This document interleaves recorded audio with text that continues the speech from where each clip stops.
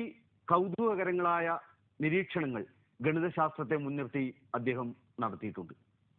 ലോകത്തിലെ ഗണിതശാസ്ത്ര പ്രതിഭകളെ കുറിച്ചുള്ള അദ്ദേഹത്തിന്റെ വിജ്ഞാനപ്രദവും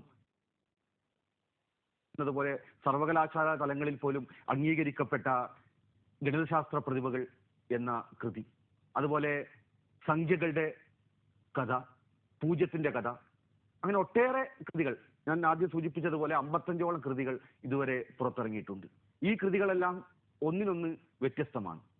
അദ്ദേഹം പല കൃതികളിലും വ്യക്തമാക്കിയതുപോലെ സാധാരണ സ്കൂൾ വിദ്യാഭ്യാസ കാലത്ത് പോലും കുട്ടികൾ ഗണിതശാസ്ത്രത്തിൽ നിന്ന് അകലാൻ കാരണം അതിന്റെ പാഠ്യരംഗത്ത് നിലനിൽക്കുന്ന ഒരു ജഡ സമീപനമാണ്. വളരെ വികൃതമായ രൂപത്തിലാണ് പല അധ്യാപകരും ഗണിതശാസ്ത്രത്തെ പഠിപ്പിക്കുന്നത്. അതിൽ നിന്ന് വ്യത്യസ്തമായി ഗണിതത്തിന്റെ കൗതുകങ്ങളും അത്ഭുതങ്ങളും മലയാളിയോട് നിരന്തരമായി പറഞ്ഞുകൊണ്ടിരിക്കുന്ന ഈ ഗണിതശാസ്ത്ര പ്രതിഭയെ വാക്കിനു വേണ്ടി സ്വാഗതം ചെയ്യും. ഗണിതശാസ്ത്രത്തെ മറ്റ് പാഠ്യവിഷയങ്ങൾ പോലെ നമ്മുടെ കേരളീയ അക്കാദമിക ലോകം അംഗീകരിച്ചതായി പള്ളിയറക്ക് തോന്നുന്നുണ്ടോ? എന്താണ് പ്രതികരണം? കേരളത്തില് ഗണിതശാസ്ത്ര ശാഖ വളരെ പിന്നോക്കാവസ്ഥയിലായിരുന്നു. പാഠ്യപുസ്തകങ്ങളിൽ ഗണിതശാസ്ത്രം വളരെ വിരസമായിട്ടാണ് കൈകാര്യം ചെയ്യുന്നത്. അതുകൊണ്ട് തന്നെ വിദ്യാർത്ഥികൾക്ക് കണക്ക് വളരെ പ്രയാസപ്പെട്ട ഒരു വിഷയമായി അനുഭവപ്പെടുകയുണ്ടായി. ഒരു അധ്യാപന നിലയിൽ ഞാൻ 27 വർഷം അധ്യാപകനായിരുന്നു. ഈ സമയത്തെല്ലാം തന്നെ കുട്ടികൾക്ക് കണക്കിനോടുള്ള വെറുപ്പിന്റെ കാരണം ഞാൻ ശരിക്കും അത് അവരുടെ ഒരു അപാകത, വിജ്ഞാനത്തിന്റെ അപാകതയാണ് എനിക്ക് തോന്നിയിരുന്നു. യഥാർത്ഥത്തിൽ ഗണിതശാസ്ത്രം വളരെ രസകരമായൊരു വിഷയമാണ്. പക്ഷേ ഈ കണക്കിന്റെ രസകരമായ വസ്തുക്കൾ ക്ലാസ്സിൽ പഠിപ്പിക്കുന്നില്ല. അതിൽ നിന്നുള്ള ഒരു അധിക വായന എന്ന നിലയിലാണ് എൻ്റെ പുസ്തകങ്ങൾ ഇതുവരെ പ്രസിദ്ധീകരിക്കപ്പെട്ടിട്ടുള്ളത്. ഞങ്ങളൊക്കെ പൊതുവായനയുടെ ഫലമായി മനസ്സിലാക്കിയ ഒരു കാര്യം, ഇപ്പോൾ നോബൽ സമ്മാനങ്ങളുടെ ഒരു പൂക്കാലമാണ്. സമാധാനത്തിന്, സാഹിത്യത്തിന്, രസതന്ത്രത്തിനെല്ലാം. ഗണിതശാസ്ത്രത്തിന് നോബൽ സമ്മാനം ഇല്ലെന്നാണ് എന്റെയൊക്കെ തോന്നൽ. എന്താണ് അതേക്കുറിച്ചുള്ള ഒരു അറിവ്? എന്താണ്? ശാസ്ത്രങ്ങളുടെ റാണി എന്ന നിലയിൽ ഏത് ശാസ്ത്രത്തിനേക്കാളും ഒരു പ്രധാന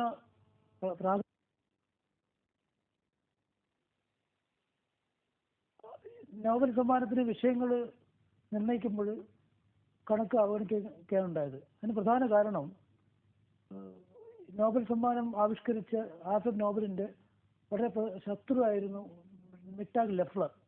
അപ്പോൾ മിക്ടാഗ് ലെഫ്ലറിന് നോബൽ സമ്മാനം കിട്ടരുത് എന്ന് അദ്ദേഹത്തിന് ആഗ്രഹം ഉണ്ടായിരുന്നു. അതുകൊണ്ട് തന്നെ കണക്കിനെ ആ സമയത്ത് അവഗണിക്കുകയുണ്ടായത്.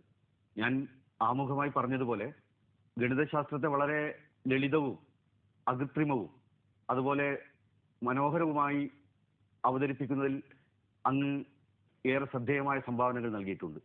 ഇത് സാഹിത്യത്തെയും ഗണിതത്തെയും ബന്ധിപ്പിക്കാൻ, അല്ലെങ്കിൽ കവിതയുമായും കഥയുമായും ഒക്കെ ഗണിതത്തെ ബന്ധിപ്പിക്കാൻ താങ്കൾ നടത്തിയ ശ്രമം പ്രേക്ഷകർക്ക് താല്പര്യമുണ്ടാകുമെന്ന് തോന്നുന്നു. ഒന്ന് വിശദീകരിക്കാം. കണക്ക് വളരെ രസകരമായ ഒരു വിഷയമാണ്. പക്ഷേ കുട്ടികൾക്ക് കണക്ക് അവതരിപ്പിക്കുന്നതിനുള്ള പ്രയാസമാണ് അവരെ ഇതിൽ നിന്നും വിരസമാക്കുന്നത്.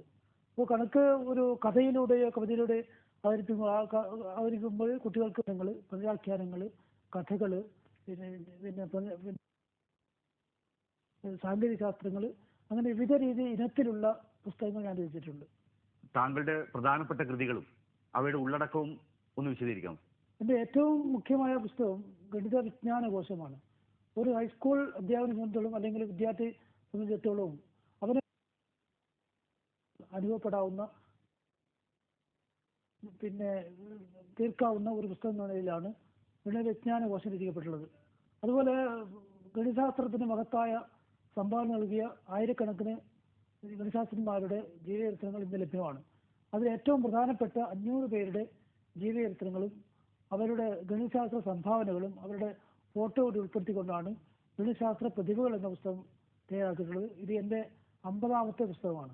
ഈ സാധാരണ ഒരു ഗണിതശാസ്ത്ര അധ്യാപകൻ എന്നതിൽ നിന്ന് വ്യത്യസ്തമായി ഇങ്ങനെ ഈ സംഖ്യകളുടെയും കണക്കുകളുടെയും ഗണിതത്തിന്റെയും അകപ്പൊരുളുകളിലേക്ക്, അകത്തളങ്ങളിലേക്ക് ഇറങ്ങിച്ചെല്ലാൻ ഉണ്ടായ ഒരു അധ്യാപന നിലയിൽ കണക്ക് പഠിപ്പിക്കുമ്പോൾ എനിക്ക് വളരെയധികം പ്രയാസം അനുഭവപ്പെട്ടിട്ടുണ്ട്.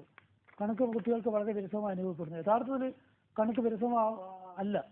അപ്പോൾ കണക്കിലെ രസകരമായ വസ്തുക്കൾ അവരെ ബോധ്യപ്പെടുത്തുകയാണെങ്കിൽ കുട്ടികൾക്ക് കണക്ക് വളരെ രസകരമായി അനുഭവപ്പെടും എന്നുള്ള ചിന്തയുടെ അടിസ്ഥാനത്തിലാണ് ഞാൻ ഗണിതശാസ്ത്ര ചരിത്രത്തിലേക്ക് രചനയിലേക്ക് നീങ്ങിയിട്ടുള്ളത്. ആദ്യകാലത്ത് ഞാൻ നോവലും കഥയും നാടകമൊക്കെ എഴുതിയ ഒരു സാഹിത്യകാര ഒരു ഒരു ആരംഭം കുറിച്ചിരുന്നു.